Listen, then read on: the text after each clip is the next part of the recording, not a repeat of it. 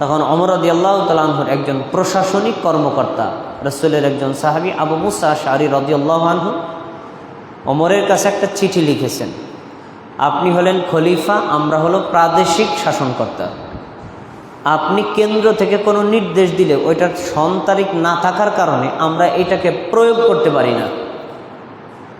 এজন্য আমার মতামত হলো আপনি যে কোনো একটা বর্ষপঞ্জি সন তারিখ ফলো করেন।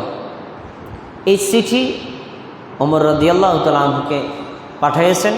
ওমর রাদিয়াল্লাহু তাআলা আনহু চিঠিটা পাওয়ার পরে মদিনার গুরুত্বপূর্ণ সাহাবীদের নিয়ে পরামর্শে বসছেন, এখন আমাদের করণীয় কি। তিনটি প্রস্তাব ওই উপস্থিত সাহাবীদের মধ্যে দিয়েছিলেন। প্রথম প্রস্তাব, রোমের ক্যালেন্ডার ফলো করা হোক। রোম মানে বর্তমান যে দেশটার নাম ইটালি, তারা ছিল খ্রিস্টান, তাদের একটা কেন্দ্রীয় ক্যালেন্ডার ছিল, এইটাকে ফলো করা হোক। আরেকটি প্রস্তাব আসছে, পারস্যের ক্যালেন্ডার ফলো করা হোক। পারস্য মানে বর্তমান যে দেশটার নাম ইরান, তারা ছিল সৌর পূজারী, চন্দ্র পূজারী, মুশরিক, তাদের ক্যালেন্ডারটাকে ফলো করা হোক।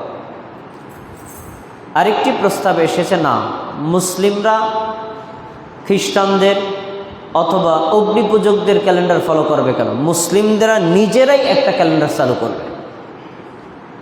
তখন সিদ্ধান্ত নেওয়া হলো, না মুসলিমদের আলাদা একটা ক্যালেন্ডার থাকবে, অন্য কারো ক্যালেন্ডার মুসলিমরা ফলো করবে না।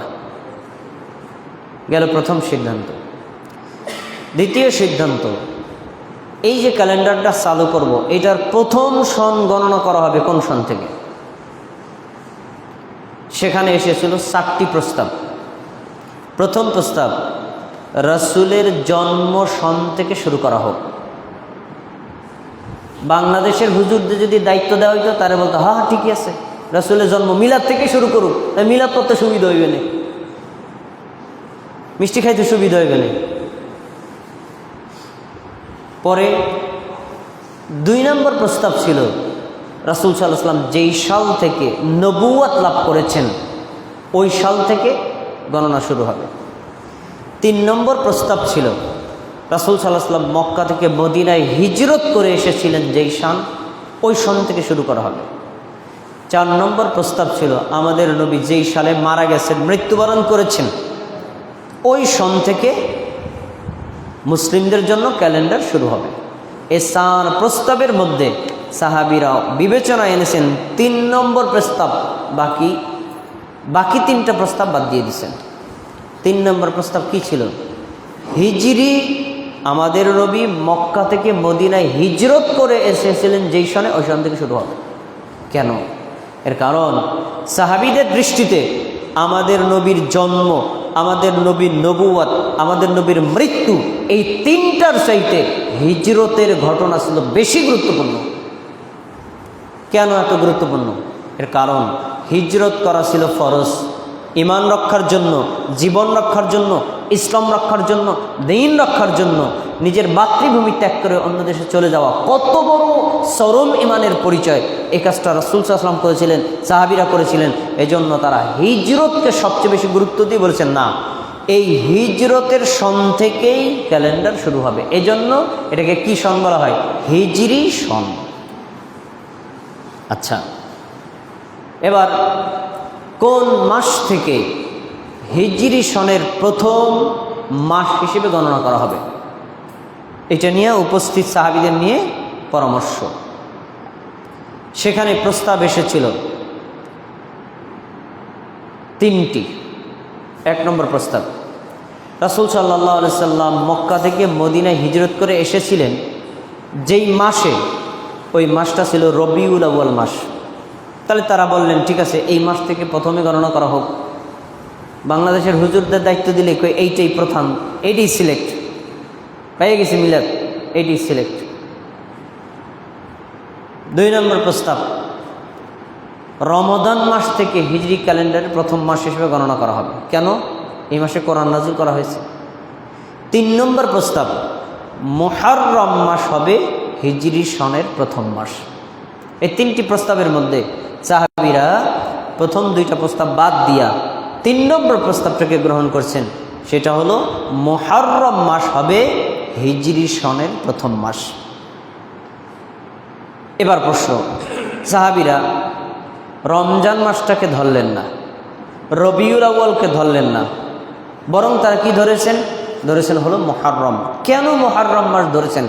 তার কয়েকটা কারণ কোরআনেও আছে, হাদিসেও আছে। দেখেন সূরা তাওবা 36 নম্বর আয়াত আল্লাহ কি বলছেন? ইন্না ইদ্দাতাশ শুহুরি ইনদাল্লাহি 12 শাহরা ইয়াওমান ফি কিতাবিল্লাহি খালাকাস সামাওয়াতি ওয়াল আরদ মিনহা আরবাআতুন হুরুম। আল্লাহ যেদিন থেকে আসমান জমিন পৃথিবী সৃষ্টি করেছেন ওই দিন থেকে আল্লাহর নিকটে বছর হয় 12 মাসে। আল্লাহর নিকটে বছর কয় মাস? তাইলে দেখেন আপনি যত ক্যালেন্ডার যান সব ক্যালেন্ডারে বছর 12 মাস। এরা পাইছে কোথায়? আল্লাহর সৃষ্টি থেকে। ইংরেজি ক্যালেন্ডার 12 মাসে বছর, বাংলা ক্যালেন্ডার 12 মাসে বছর, আরবি ক্যালেন্ডার 12 মাসে বছর, অন্য কোনো ক্যালেন্ডারের 12 মাসে বছর। এটা কোথায় এসেছে? আল্লাহ নির্ধারণ করে দিয়েছেন, এটাই আল্লাহর সৃষ্টি। তারপরে তিনি বলছেন মিনহা আরবাআতুন হুরুম, ওই 12টা মাসের মধ্যে আল্লাহর কাছে 4টা মাসের মান মর্যাদা বেশি। হুরুম মানে মর্যাদাবান, হুরুম মানে সম্মানিত। এই মাসগুলো কি? মুহররম মাস, রজব মাস, যুলহিজ্জা মাস, যুলকআদা মাস, এই 4 মাস। 12 মাসের মধ্যে 4টা মাসের মান মর্যাদা বেশি। তো যেহেতু আল্লাহ তাআলা সৃষ্টির বছর হয় 12 মাসে, তার ভিতরে সম্মানিত 4টি মাসের মধ্যে একটা মাস হলো মুহররম মাস। এজন্য তারা মনে করেছেন তাহলে মুহররম মাস হবে বছরের প্রথম মাস। 2 নম্বর কারণ, আবু হুরায়রা রাদিয়াল্লাহু আনহু রাসূল সাল্লাল্লাহু আলাইহি ওয়াসাল্লাম বলেন আফজালুস সিয়ামি বা'দা রমাদান সিয়ামু শাহরুল্লাহিল মুহররম। 12 মাসের মধ্যে এক মাস একটানা 30 বা 29টা দিন রোজা রাখা ফরজ। ওই মাসটার নাম কি? রমজান মাস।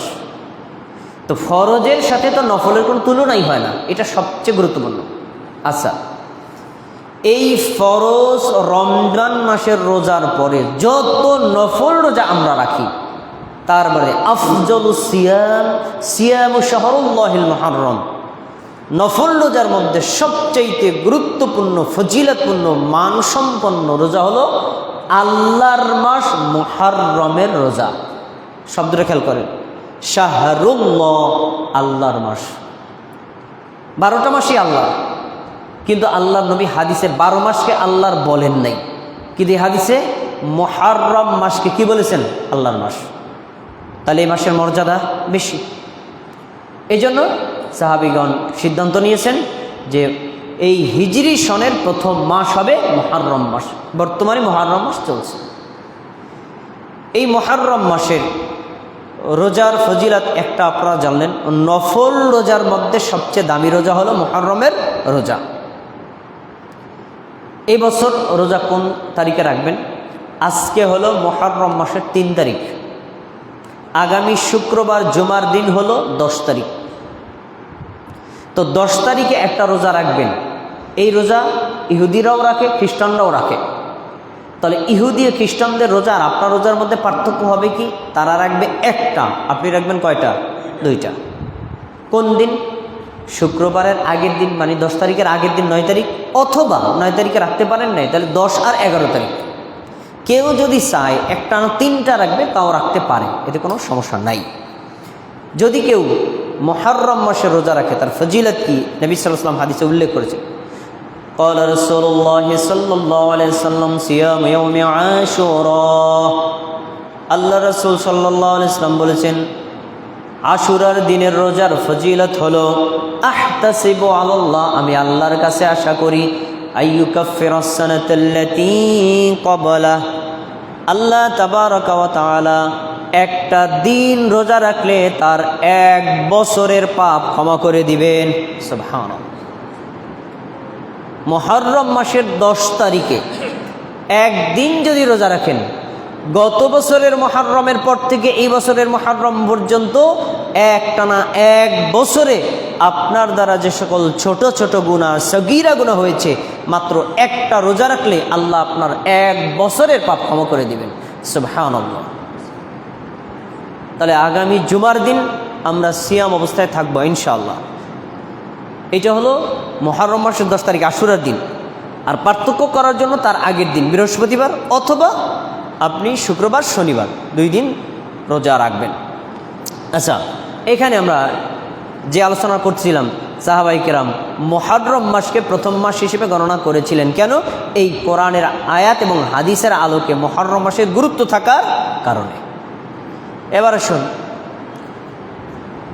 এই যে 3টি প্রস্তাব ছিল, নতুন সন শুরু হওয়া, তারপরে কোন সন থেকে গণনা শুরু হওয়া, কোন মাস থেকে গণনা শুরু হওয়া, সিদ্ধান্ত করার পরে ওমর রাদিয়াল্লাহু তাআলা আনহুর জামানা থেকে হিজরি বর্ষ শুরু হয়েছে। এই হিজরি বর্ষটা কি? এটা হলো এমন একটা বর্ষ যে বর্ষের সাথে মুমিন মুসলমানদের যাবতীয় ইবাদত সম্পৃক্ত। কোরবানি করবেন, ঈদের সালাত আদায় করবেন, রমজান মাসে রোজা রাখবেন, অন্য কোনো আমল করবেন, সব কিছু হিজরি বর্ষের সাথে সম্পর্কিত। বাংলা বর্ষ বা ইংরেজি বর্ষের সাথে সম্পর্কিত নাই। একজন লোক যদি গত বছরের জানুয়ারিতে জাকাত দেয়, এবছর আবার জানুয়ারিতে জাকাত দেয়, তার জাকাত হবে না। বরং সে ফলো করতে হবে হিজরি সন, আরবি সন। কেন? এর কারণ হিজরি সনের গণনাটা চাঁদের সাথে সম্পর্কিত, আর ইংরেজি সন আর বাংলা সনের গণনাটা সূর্যের সাথে সম্পর্কিত। এই দুইটার সাথে সম্পর্কিত হওয়ার কারণে পার্থক্যটা হলো এই যে সূর্যের সাথে যেটা সম্পর্কিত এটা সব সময় একই রকম থাকে, কোনো মৌসুম পরিবর্তন হয় না। আর সূর্যে বছরে 11 দিন বেশি হয়। আর যদি আপনি চন্দ্র বছর গণনা করেন তাহলে প্রত্যেকটা মাসের মৌসুম পরিবর্তন হয়। দেখবেন গত বছর আপনি যেই সময় রোজা রেখেছিলেন গরম ছিল একটু বেশি, এবার আরেকটু বেশি, এবার আরেকটু বেশি, আবার কমতে কমতে আবার বাড়ে, আবার বাড়তে বাড়তে কমে, মানে মৌসুম পরিবর্তন হয়। কিন্তু আপনার খ্রিস্টানদের যে ইংরেজি সন, মৌসুম কোনো চেঞ্জ নাই, ফিক্সড। এই হলো পার্থক্য। এজন্য সকল মৌসুমে ইবাদত করার জন্য আল্লাহ তাআলা সিস্টেম রেখেছেন। আমাদের উচিত এই হিজরি বর্ষ ফলো করা। আরেকটা কথা বলে রাখি, আমরা ভারত, বাংলাদেশ, পাকিস্তানে যেই বাংলা বর্ষ ফলো করি, তাই না? এই বাংলা বর্ষের জন্ম কিন্তু হিজরি বর্ষ থেকে। সম্রাট আকবর তার যে ওই পরিষদের যে আলেম ছিল আবুল ফজল, তাকে দিয়া উনি বলছেন যে তুমি হিজরি বর্ষটাকে ফলো করবা। পার্থক্য হবে এই যে তুমি এটাকে গণনা ধরবা সূর্যের সাথে, আর হিজরিটা তো চাঁদের সাথে। এই পার্থক্য করবা, যার ফলে এই বাংলা বর্ষর গণনার গোড়া থেকে হিজরি বর্ষের গণনা গোড়া এক। পার্থক্য কেন? এটা হলো সূর্যের সাথে সম্পর্কিত, এটা হলো চাঁদের সাথে সম্পর্কিত। এজন্য আমরা যে বাংলা সনটা শুরু করি মূলত তার জন্ম হয়েছে হিজরি সন থেকে।